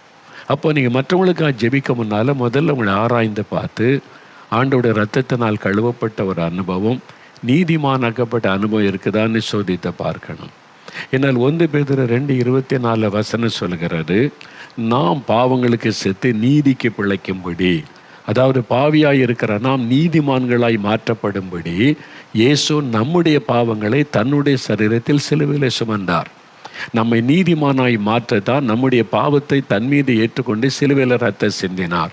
அதை விசுவாசித்து இயேசுவே உங்களுடைய ரத்தத்தினால கழுவுங்க, என் பாவத்தை மன்னிச்சிருங்கன்னு சொல்லும்போது அவருடைய ரத்தம் நம்ம இருதயத்தை கழுவும் போது நீதிமான்களாய் மாற்றப்படுகிறோம். அப்போ உங்களுடைய ஜெபம் வல்லமை உள்ளதாக இருக்கும். இயேசு பற்றி எனக்கு தெரியும், ஜெபிக்கலாம் எனக்கு தெரியும்னு சும்மா ஜெபிக்கலாம், அந்த ஜெபம் வல்லமை இருக்காது, அந்த ஜெபத்துக்கு பதிலும் வராது. அப்போ நீதிமானாக இருந்து நீங்கள் ஜெபிக்கும் போது தான் அது மிகவும் பலன் உள்ளதாக இருக்கும். அதுக்கு என்ன சொல்ல, ஃபெர்வென்ட் ப்ரேயர் ஆஃப் ரைச்சஸ்னஸ். அந்த ரைச்சஸ் மேன் ரைச்சஸ் மேனுடைய ஜெபம் வந்து அதுக்கு என்ன சொல்லப்பட்டுன்னா, ஆர்வமுடன் ஜெபிக்கணும், உருக்கமாக ஜெபிக்கணும். ஒருத்தர் வந்து கேட்குறாங்க, எனக்கு சுகத்துக்காக ஜெபிங்கன்னா உருக்கமாக ஜெபிக்கணும், ஆர்வத்தோட ஜெபம். கடமைக்காக பேருக்காக ஒரு ஜெபம் பண்ணுவதல்ல, சரி கேட்குறாங்களேன்னு ஒரு ஜெபம் பண்ணிட்டு போகிறதல்ல, ஆர்வத்தோடு ஜெபிக்கணும், ஊக்கமாக ஜெபிக்கணும். அதுதான் ஆண்டவர் அந்த எதிர்பார்க்க. அதுக்கு ஒரு உதாரணத்தை ஆண்டு சொல்கிறார் பாருங்க.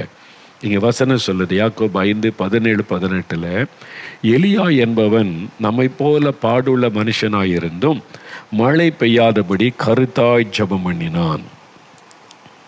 He prayed earnestly, அதாவது உண்மையாக ஜெபம் பண்ணினான். சும்மா கடமைக்காக ஜெபிக்கிறதில்ல, பேருக்காக ஜெபிப்பதல்ல, ஒரு உண்மையான இருதயத்தோட. வசனம் சொல்லுது, எலியா என்பவன் நம்மை போல பாடுள்ள மனுஷனாயிருந்தும் மழை பெய்யாதபடிக்கு கருத்தாய் ஜெபம் பண்ணினான். நிறைய பேர் பாருங்களேன், அந்த ஜெபம் அப்படியே நம்ம வழக்கமாக ஜெபம் பண்ணி பழகி ஒரு கருத்து இல்லாமல் ஜெபிக்கிற நிலைமைக்கு வந்துட்டோம். சாப்பிட உட்காந்தா சாப்பாட்டுக்கு ஜெபிக்கணும்னு கற்றுக் கொடுத்துட்டாங்க சின்ன வயசுலேருந்தே. டைனிங் உட்காந்து எங்கே போனாலும் கண்ணு மூடி ஜெபம் பண்ணுவோம், அவ்வளோதான். ஆனால் நீங்களே யோசித்து பாருங்கள், ஆண்டவரை நோக்கி கருத்தாக ஆண்டவரோடு தொடர்பு வைத்து ஜெபிச்சிங்களா? சும்மா சாப்பாட்டு முன்னால் ஆண்டவரை ஆசீர்வதியம், ஒரு கிளிப்பிள்ளை ஜெபம் சொல்லி கொடுக்குறத அப்படி சொல்லுற. அப்படி பிரயாணத்துக்கு ஜெபிக்கன்னா சிலர் வந்து வழக்கமாக ஜெபிக்க வச்சுருப்பாங்க. அப்படி இருதயம் தேவனோடு இணையாது, உதட்டிலிருந்து ஜெபம் வரும், அந்த ஜெபம் கேட்கப்படாது. அது கடமைக்காக ஜெபிக்க. நிறைய ஜெபம் பாருங்கள், கடமைக்காக வழக்கத்தின்படி ஜெபிக்கிற வெறும் உதட்டிலேருந்து வரும், இருதயத்திலேருந்து வராது. அது கருத்தான ஜெபம் இல்லை. அதனால தான் ஜெபத்துக்கு பதில் வரவில்லை. நீங்கள் ஒருத்தருக்காக ஜெபிக்கும் போது கருத்தாக ஜெபிக்கணும். அதான் எலியா நம்மை போல பாடுள்ள மனுஷனாயிருந்தும் மழை பெய்யாதபடிக்கு கருத்தாய் ஜெபம் பண்ணினான். அப்பொழுது 3 வருஷமும் 6 மாதமும் பூமியின் மேல் மழை பெய்யவில்லை. மறுபடியும் ஜெபம் பண்ணினான். அப்பொழுது வானம் மழையை பொழிந்தது, பூமி தன் பலனை தந்தது. பார்த்தீங்களா? ஒரு கருத்தான ஜெபம் இருக்கணும். ஒரு அவங்களுடைய பாரத்தை உணர்ந்து சும்மா கேட்குறாங்களேன்னு கடமைக்கு ஜெபிச்சுட்டு போவதால, முதல்ல நீங்கள் ஜெபிக்கும் போது ஆண்டவரோடு கனெக்ட் ஆகணும். நீங்களும் ஆண்டவரோட தொடர்பு, அவரை பார்த்து கனெக்ட் பண்ணி ஜெபிக்கணும். அதுதான் கருத்தான. ஆண்டவரோட தொடர்பு இருக்கிற இல்லை, கண்ணை மூடிட்டு ஒரு ஜெபம் பண்ணிடுறாரு, அவ்வளோதான். சும்மா வழக்கத்தின்படி ஜெபம். அதில் பிரயோஜனம் இல்லை. பிரயோஜனம் இல்லாதபடி நிறைய பேர் ஜெபிக்கிறாங்க. அந்த ஜெபம் பரலோகத்துக்கு செல்லுவதில்லை, தேவன் கவனிப்பதும் இல்லை. கருத்தான ஜெபத்துக்கு தான் ஆண்டவர் பதில் தருவார். அப்போ நீங்கள் எந்த காரியத்துக்கு ஜெபிக்கிறதா இருந்தாலும் முதலாவது ஒரு முழு இருதயத்தோட ஊக்கத்தோட ஒருவருக்காக ஜெபிக்கணும். அதான் முக்கியம். அப்படி இல்லாவிட்டால் அந்த ஜெபத்தில் பிரயோஜனம் இல்லை, ஜெபத்துக்கு பதில் வராது. எலியா ஒரு நீதிமான், ஆண்டவுடைய ஒரு தீர்க்கதரிசியாக இருந்தார். அவர் ஊக்கத்தோட ஜெபம் பண்ணினார்.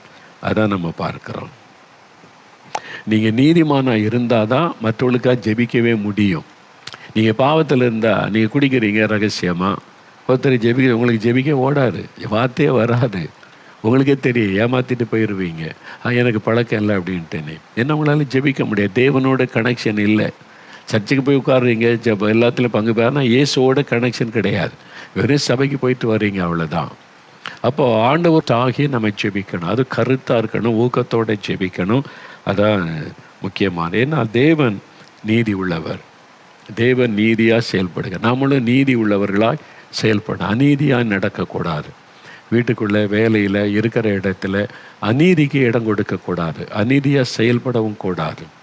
அப்போ வசனத்தின்படி நீதி நேர்மையாக நடந்தால் உங்கள் ஜெபம் வல்லமுள்ளதாக இருக்கும்.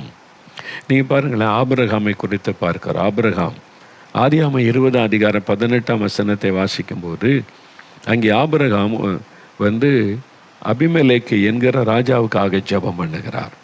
ஆதியாகமம் 20:18 வாசிக்கும்போது, ஆதியாகமம் எடுங்க 20:18. அங்கே ஆபிரகாம் ஒரு நீதிமான், ஆண்டவரை பின்பற்றி நடக்கிற, அவர் ஆண்டவரை விசுவாசிக்கிற ஒரு நீதிமான். அவர் ஆதியாகமம் 20:18 ஆபிரகாம் தேவனை நோக்கி வேண்டிக் கொண்டான். அப்பொழுது தேவன் அபிமெலேக்கையும் அவன் மனைவியையும் அவன் வேலைக்காரிகளையும் குணமாக்கி பிள்ளை பெறும்படி அனுகிரகம் பண்ணினார். என்றால் அவன் நீதிமான். ஆண்டவரே சொல்ல, நீ ஆபிரகாம்கிட்ட போ, உனக்காக அவன் வேண்டுதல் செய்வான், அது உனக்கு ஆசீர்வாதமாக இருக்கும். நீ கர்த்தரே அவன்கிட்ட பேசுகிறார். அதனால் ஒரு தேசத்தை ஆளுகிற ராஜா ஆபிரகாம்கிட்ட கேட்டபோது தேவனை நோக்கி வேண்டிக் கொண்டான். சும்மா கடமைக்காக பேருக்காக ஜெபிக்கல, உண்மையாக உத்தரவாதத்தோட கருத்தாக ஜெபித்ததுனால ஆண்டவருடைய பாவத்தை மன்னித்து அவங்களை ஆசீர்வதித்து குணமாக்கினார், ஆசீர்வதித்தார் என்பதாக பார்க்கிறோம். அப்போ யோபு 42 அதிகாரம் எடுங்க, வேத புஸ்தகத்தில் யோபுவின் சரித்திரம் 42 அதிகாரம் 10ஆம் வசனத்தில் அங்கே யோபுடைய ஜெபம். அவர் ஒரு நீதிமானாக இருந்தார் யோபு.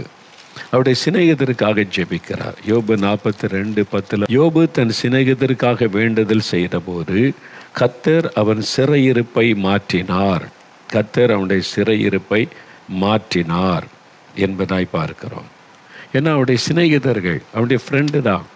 அவங்க தேவனை துக்கப்படுத்திட்டாங்க, தேவனை கோபப்படுத்திட்டாங்க. அவங்க நிதானமாக பேசலை, யோபுவை குற்றப்படுத்துகிறாங்க, ஆண்டவரை குறித்து தங்களை நீதிமான்களைப் போல பேசுகிறாங்க. தாங்க தான் ரொம்ப பெரிய ஆட்கள் போலவும் பரிசுத்தவான்கள் போலவும் பேசி ஆண்டவருடைய காரியத்தை குற்றப்படுத்துகிற மாதிரிலாம் வார்த்தைகள் வந்து விட்டார். ஆண்டவர் சொல்கிறார், உங்கள் மேலே எனக்கு கோபம் வருது, நீங்கள் பேசினது என்னை கோபப்படுத்தி விட்டு துக்கப்படுத்தி விட்டது, அதனால் என் கோபத்தின் விளைவாக நீங்கள் அழிக்கப்பட்டுருவீங்க. ஆனால் நான் உங்களை அழிக்க விரும்பலை. அதுக்கு ஒரு ஜெபம் தேவை. யார் ஜெபம்? ஒரு நீதிமானுடைய ஜெபம் வேணும். யோபுகிட்ட போங்க, யோபு உங்களுக்காக வேண்டிக் கொள்ளும்போது நான் உங்களுக்கு இறக்கம் செய்வேன் என்று சொல்கிறார்.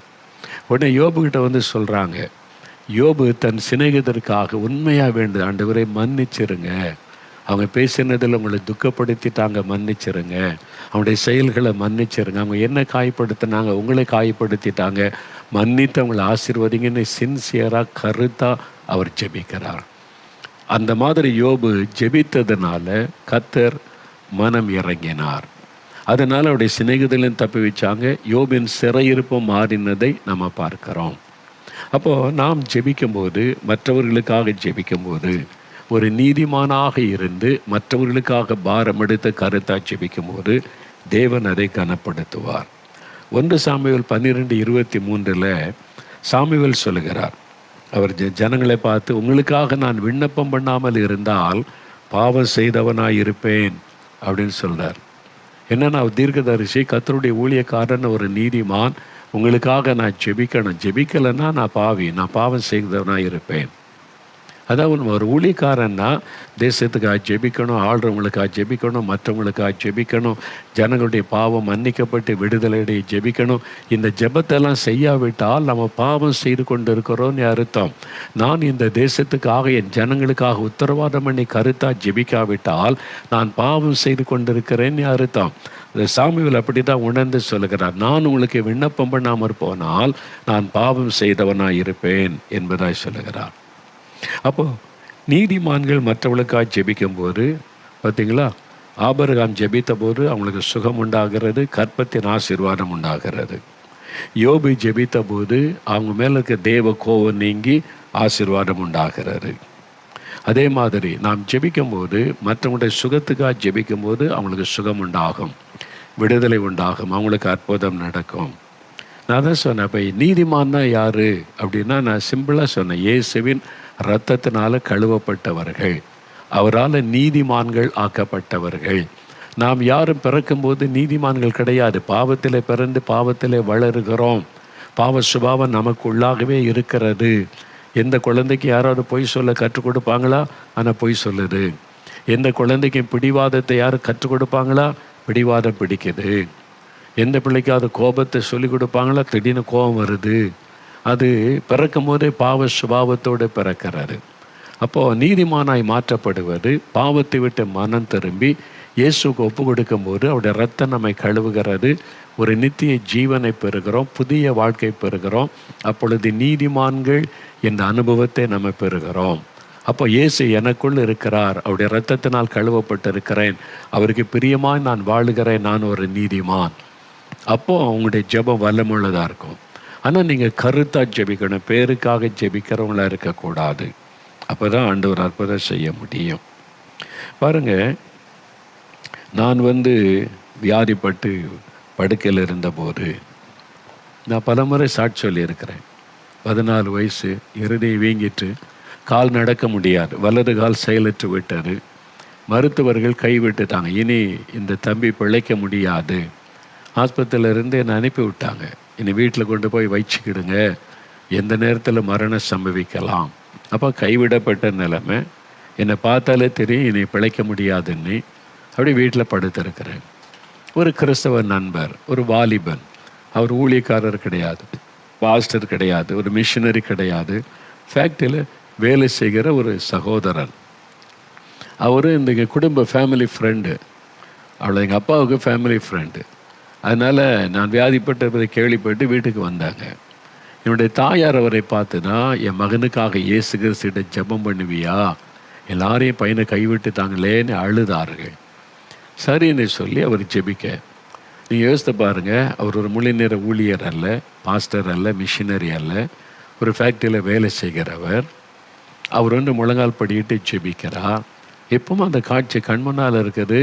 அவர் கரம் உயர்த்தி ஜெபம் பண்ணினார். அப்படியே அந்த ஜெபம் பாருங்கள், இந்த எண்ணெய் பார்த்தா கால் அசைக்க முடியாது, பல்ஜாகி இருக்கிற மரணப்படுக்கை.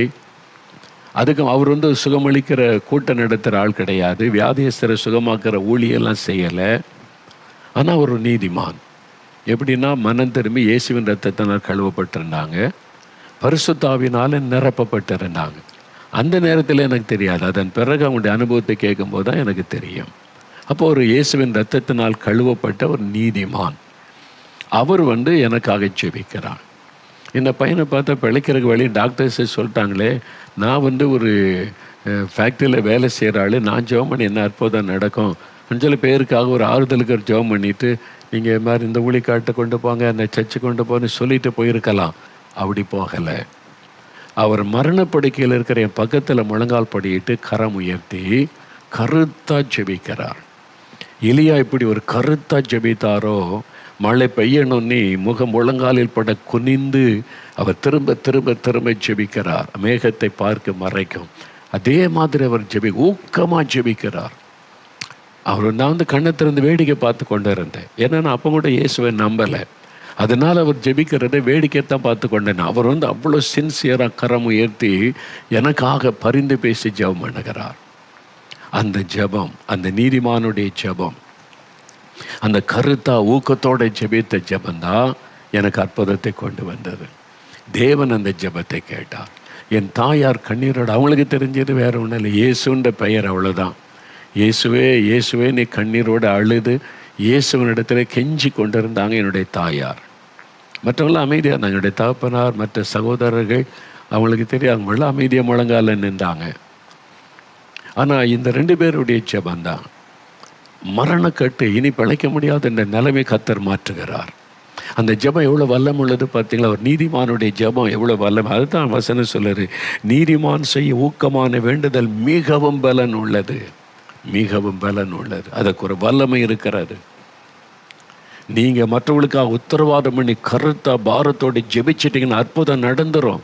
ஆண்டவர் கட்டாய பதில் தருவார். எனக்கு தெரிஞ்ச ஒரு ஃபேமிலி, அவங்க வீட்டில் அவனுடைய பிள்ளைகள், அதில் ஒரு மகள் பாருங்கள் ஸ்கூலில் படித்துக்கூட, சென்னையில் ஒரு ஸ்கூலில் படிக்கிறாள். அவன் ஒரு 4வது 5 10 வயசுன்னு வைங்களேன், 10 வயசு 5வது வகுப்பு படிக்கிறாள். அவளுக்கு ஒரு ஃப்ரெண்டு, இவள் நல்ல இயேசுவை அறிந்த மகள், அவள் கிறிஸ்தவர் அல்லாத ஒரு இந்து குடும்பத்தை சார்ந்த மகள். 2 பேரும் ஸ்கூலில் ஃப்ரெண்ட், ரொம்ப டியரஸ்ட் ஃப்ரெண்ட் ஆகிட்டாங்க. தினம் பேசிக்கொள்வாங்க, பக்கத்தில் உட்காருவாங்க, ஒன்றா உட்காந்து சாப்பிடுவாங்க. அதுதான் இந்த மகள், இந்த கிறிஸ்தவ மகள் சின்ன வயசில் இயேசுவை ஏற்றுக்கொண்டு கருத்தா ஜெபிக்கிற பழக்கத்தை அவங்க வீட்டில் சொல்லி கொடுத்து நல்ல ஆண்டவரோடு இருந்த மகள். ஒரு நாள் அவருடைய ஸ்கூலுக்கு போன பிறகு அவருடைய ஃப்ரெண்ட் ரொம்ப சோகமாக வந்தாள், துக்கமாக வந்தாள். வந்தவொடனே கேட்டேன், ஏன் ஒரு மாதிரி இருக்க, ஓய் யுவர் சேட், ஏன் துக்கமாக இருக்கிற, என்ன நடந்து கேட்க. அவன் சொன்னாக், கண்ணீரோட எங்கள் மாமா வந்திருக்கிறாங்க வீட்டுக்கு. சரி, அதுக்கு என்ன? எங்கள் அப்பா அம்மா எப்போவுமே சண்டை போட்டுக்கிட்டே இருப்பாங்க, எப்போவுமே சண்டை. எங்கள் அப்பா அம்மா சண்டை போட்டுக்கிட்டே இருப்பாங்க, அப்பப்போ பிரிஞ்சு போகிறேன்பாங்க, சண்டை போடுவாங்க. எனக்கெல்லாம் ரொம்ப துக்கம். இன்றைக்கி மாமா என்னை கூப்பிட்டு, உங்கள் அப்பாவும் அம்மாவும் பிரிய போகிறாங்களாம், இனி சேர்ந்து வாழ முடியாதுன்னு சொல்கிறாங்க, டிவோர்ஸ் பண்ணிடுறேன்னு சொல்கிறாங்க. நீ யார் கூட இருக்க போகிற? அம்மா கூட இருக்க போறியா, அப்பா கூட இருக்க போறியா? நீ ஸ்கூல் முடிஞ்சு வரும்போது எனக்கு சொல்லணும், அப்போ அதுக்கேற்றபடி செட்டில்மெண்ட் பண்ணலாம் அப்படின்னு சொல்லி எங்கள் மாமா சொல்லி அனுப்புனாங்க அப்படின்னு அந்த சோகத்தோடு அந்த சிறு பெண் ஸ்கூலுக்கு வந்திருக்கிறான். இப்போ இந்த கிறிஸ்தவ பெண், அந்த சிறு பெண் கேட்குறா. கேட்ட உடனே, அப்போ உனக்கு யார் வேணும், அப்பாவா அம்மாவா? அவ சொன்ன அழுது, எனக்கு 2 பேரும் வேணும், எனக்கு அம்மாவும் வேணும் அப்பாவும் வேணும். ஆனால் அது நடக்காது போல் இருக்குது. இப்போ சண்டை பெருசாகி அவங்கள பிரித்து வைக்கிறதுக்கு மாமா வந்திருக்கிறாங்க, வழக்கு பேசி பிரித்து வைக்கிறதுக்கு. அப்போ இந்த கிறிஸ்தவ இந்த சின்ன பெண் சொன்னால், உங்கள் அப்பா அம்மாவை ஒன்றா சேர்க்கறதுக்கு ஒருத்தரால் முடியும். அப்படியா? யார் அது? இயேசு கிறிஸ்துவால் முடியும், ஏசப்பாவால் முடியும். ஏசப்பா எங்கள் அப்பா அம்மா ஒன்று சேர்த்துருவாங்களே? சேர்த்துருவாங்க. அது எப்படி முடியும் அப்படின்னு கேட்டால், நம்ம பிரார்த்தனை பண்ணுனா, ஜெபம் பண்ணுனா, ப்ரேயர் பண்ணால் ஏசப்பா செய்வாங்க. அப்படியா? எனக்கு ப்ரேயர்லாம் பண்ண தெரியாத, நான் ஜெபம் பண்ணுறேன், நம்ம 2 பேரும் சேர்ந்து ப்ரேயர் பண்ணலாம். அப்படியா? அப்படின்னு சொல்லி அந்த கிளாஸ் ரூமில் முழங்கால் போடுறாங்க. 2 சின்ன பிள்ளை, 10 வயசு பிள்ளைகள். ஒரு பிள்ளை இயேசு அறியாத குடும்பம், அவங்க வீட்டில் பிரச்சனை. இந்த குழந்தை இயேசுவை அறிந்து ஜெபிக்கிற பழக்கமுள்ள குழந்தை. இவ சின்சியராக ஜெபிக்கிறா. ஏசப்பா, என் ஃப்ரெண்டுடைய வீட்டில் பிரச்சனை, அவங்க அப்பா அம்மா சண்டை போட்டு பிரிஞ்சு போகிறேன்னு சொல்கிறாங்க. என் ஃப்ரெண்டுக்கு அவங்களுடைய அப்பாவும் வேணும் அம்மாவும் வேணும், 2 பேருமே வேணும். அப்பா அவங்க 2 பேரையும் சேர்த்து வைங்க. சின்சியராக ஜெபிக்கிறா. சின்ன பிள்ளை, 10 வயசு பிள்ளை. இந்த ஜெபத்தை யோசித்து பாருங்க. சின்சியராக கருத்தாக ஜெபிக்கிறா. ஜெபிச்சுட்டு கொஞ்ச நேரம் தான், ஏன்னா ஒரு 5 நிமிஷத்துக்குள்ளே ஜெபம் முடிஞ்சிட்டு அவர் சொன்னால், நீ சந்தோஷமாக போ, ஏசப்பா உனக்கு அற்புதம் செய்திருப்பாங்க. நீ அந்த ஸ்கூல் முடிஞ்சு போயிட்டாங்க. அடுத்த நாள் ஸ்கூலுக்கு வந்தபோது அவருடைய ஃப்ரெண்டு, அந்த கிறிஸ்தவர் அல்லாத அந்த மகள் வந்தால், இவன் கேட்டா. அவள் சந்தோஷமாக வந்தாங்க. அந்த வரும்போதே துக்கம் இல்லை, மகிழ்ச்சியோடு வந்தா. சொன்னான், நீ சொன்ன மாதிரியே ஏசப்பா எங்கள் அப்பா அம்மாவை சேர்த்து வச்சுட்டாங்க அப்படின்னு சொன்னான். என்ன நடந்ததுன்னு கேட்டால், நீ ப்ரேயர் பண்ணியா? நானும் அந்த ஏசப்பா கிட்ட ப்ரேயர் பண்ண, உன் கூட சேர்ந்து எனக்கு அப்பாவும் வேணும் அம்மா வேணும் சேர்த்து வைங்க. நான் சாயங்காலம் வீட்டுக்கு போகிறேன், எங்கள் மாமா இல்லை, மாமா ஊருக்கு போயிட்டாரு. எங்கள் அப்பா அம்மாவும் சிரித்து சந்தோஷமாக பேசி கொண்டு இருந்தாங்க. இப்போது நேற்றுலேருந்து அவங்க ரொம்ப ராசி ஆகிட்டாங்க, நல்லா சந்தோஷமாயிட்டாங்க. இப்போ அந்த சண்டை பிரச்சனை இல்லை. அப்போ ஏசப்பா நம்முடைய ஜெபத்தை கேட்டாங்கன்னு சொல்லி. பார்த்தீங்களா, சின்ன பிள்ளைகள் ஜெபிக்கும் போது எவ்வளோ ஊக்கமாக ஜெபிக்கிறார். அவங்களுக்கு சந்தேகமே இருக்காது. அதான் பெரியவங்களுக்கு சின்ன பிள்ளைகளுக்குள்ள வித்தியாசம். சந்தேகமே இருக்க, ஜெபிச்சா ஏசப்பா செய்வாங்க. அந்த மாதிரி ஒரு ஜெபம் ஊக்கமாக ஜெபிக்கணும். அதனால், ஆண்டவரே நான் நீதிமான், உம்முடைய இரத்தத்தினாலே கழுவப்பட்ட நீதிமான், நான் இவங்களுக்காக ஜெபிக்கிறேன் அப்படின்னு சொல்லி ஜெபிச்சு பாருங்கள், அற்புதம் நடக்கும். இன்றைக்கி ஜெபிக்கிறீங்களா? யாரோ ஒருவர் ஜெபிக்க கேட்டாங்கல்ல, உங்கள் வேலை செய்கிற இடத்துல, படிக்கிற இடத்துல, ஃப்ரெண்ட்ஸ் மத்தியில், உங்களுடைய தெருவில், நீங்கள் இருக்கிற இடத்துல எனக்காக ஜெபம் பண்ணி கொள்ளுங்க, வேண்டிக் கொள்ளுங்கள்னு நீங்கள் ஜெபிக்கிறீங்களா? கருத்தாக ஜெபிக்கிறீங்களா? ஒருவேளை அவங்க கேட்டுக்கொள்ளாட்டாலும் அவங்களுடைய பிரச்சனை உங்களுக்கு தெரியும்ல, ஒரு 2 நிமிடம் கருத்தாக ஜெபிக்கிறீங்களா? அப்படியே கண்களை மூடி, ஆண்டவரே என்னை நீதிமானாக மாற்றுகிற தேவன், உம்முடைய இரத்தத்தினால் என்னை கழுவி நீதிமானாக்கி விடும். உம்முடைய இரத்தம் என் இருதயத்தை கழுவட்டும், என்னை பாவமற கழுவும். நீதிமான் என்கிற அனுபவத்தை எனக்கு தாரும். நான் இப்பொழுது ஜெபிக்கிறேன். ஜெபம் பண்ணுங்க. யாருக்கு ஜெபிக்கணுமோ கருத்தாக ஜெபிங்க. 2 நிமிடம் ஜெபம் பண்ணுங்க, ஊக்கமாக ஜெபம் பண்ணுங்க. ஆண்டவரே நீங்கள் அற்புதம் செய்யணும், அவங்களுடைய வியாதியை குணமாக்கணும், அந்த மரண கட்டு மாறணும், அவங்க வீட்டில் ஒரு அற்புத மாற்றம் உண்டாகணும், அவங்களுடைய கண்ணீர் துடைக்கப்படணும், அவங்களுடைய நிந்தைகள் மாறணும். கற்பத்தின் கனிக்காக அழுகிறாங்களே, ஆண்டவரே நான் அவங்களுக்காக கண்ணீரோடு ஜெபிக்கிற ஒரு அற்புதம் செய்யுங்க. என் கூட வேலை பார்க்கிற என் நண்பனுக்கு விடுதலை கொடுங்க, என் சகோதரிக்கு, என் சிநேகிதிக்கு விடுதலை கொடுங்க, அற்புதம் செய்யுங்க. அவருடைய கண்ணீரை தொடங்க ஆண்டவரே. செபிங்க. உங்களுடைய எதிர் வீடு, பக்கத்து வீட்டில் இருக்கிறவங்க ஏதோ ஒரு பிரச்சனை, நீங்கள் உத்தரவாதம் பண்ணி ஜெபிங்க, ஊக்கமாக ஜெபம் பண்ணுங்க. உங்ககிட்ட கேட்டுக்கொண்டாங்கல்ல சுகத்துக்காக ஜெபிங்க, ஜெபிங்க. ஊக்கமான ஜெபம் மிகவும் பலனுள்ளது, வல்லமை உள்ளது. நீங்கள் ஜெபிக்கிற ஜெபத்துக்கு ஆண்டவர் பதில் தருகிறார். இயேசுவின் நாமத்தில் அற்புதம் நடக்கட்டும்னு சொல்லுங்க. இயேசுவின் நாமத்தில் விடுதலை உண்டாகட்டும், இயேசுவின் நாமத்தில் சுகம் உண்டாகட்டும். ஆண்டவர் அற்புதம் செய்வீராக. கர்த்தர் ஜெபத்தை கேட்டு விட்டார். உங்களுடைய ஜெபத்துக்கு பதில் வந்து விட்டாரு. இப்போ வலதுகரம் வைத்து சொல்லுங்க, என் ஜெபம் கேட்கப்பட்டதற்காய் ஸ்தோத்திரம், பதில் தந்து விட்டதற்காய் ஸ்தோத்திரம், அற்புதத்தை நான் எதிர்பார்க்கிறேன் இயேசு கிறிஸ்துவின் நாமத்தில். ஆமேன். இதே மாதிரி நீங்கள் மற்றவங்களுக்கு ஜெபிக்கும் போது ஊக்கமாக ஜெபிங்க, ஒரு கருத்தாக ஜெபம் பண்ணுங்க. ஆண்டவர் அற்புதம் செய்வார்னு எதிர்பார்ப்போட ஜெபிங்க. உங்கள் ஜெபம் வல்லமை உள்ளது. இயேசுவின் இரத்தத்தினால் கழுவப்பட்ட நீதிமான்கள் நீங்கள். அந்த விசுவாசத்தோடு ஜெபிக்கணும். சரியா? அப்போது சரி, இனி நாம் அடுத்த நாளை தினத்தில் இன்னும் அடுத்த சில ஜெபங்களை தியானிக்க போகிறோம். இப்போ 5 ஜெபங்களை குறித்து நம்ம தியானித்திருக்கிறோம். இன்னும் சில காரியங்கள் வேத வசனத்தில் இருக்கிறது. அதை நம்ம வருகிற நாட்களில் தொடர்ச்சியாக தியானிக்க போகிறோம். 7 காரியங்கள். இன்னும் 2 முக்கியமான காரியம் இருக்குது. அதை நாளை தினத்தில் நம்ம தியானிக்கணும். சரியா? அதனால் ஜெபத்தில் உறுதியாக இருங்க, ஊக்கமாக ஜெபிங்க, அற்புதங்களை காண்பீங்க. ஆண்டவருக்கு நன்றி சொல்லி முடிக்கலாம். என் ஆத்மாவே கர்த்தரை சோஸ்தரி, என் முழு உள்ளமே அவருடைய பரிசுத்தமுள்ள நாமத்தை சோஸ்தரி. என் ஆத்மாவே கர்த்தரை சோஸ்தரி, அவர் செய்த சகல உபகாரங்களை மறவாதே. ஆமேன், ஆமேன்.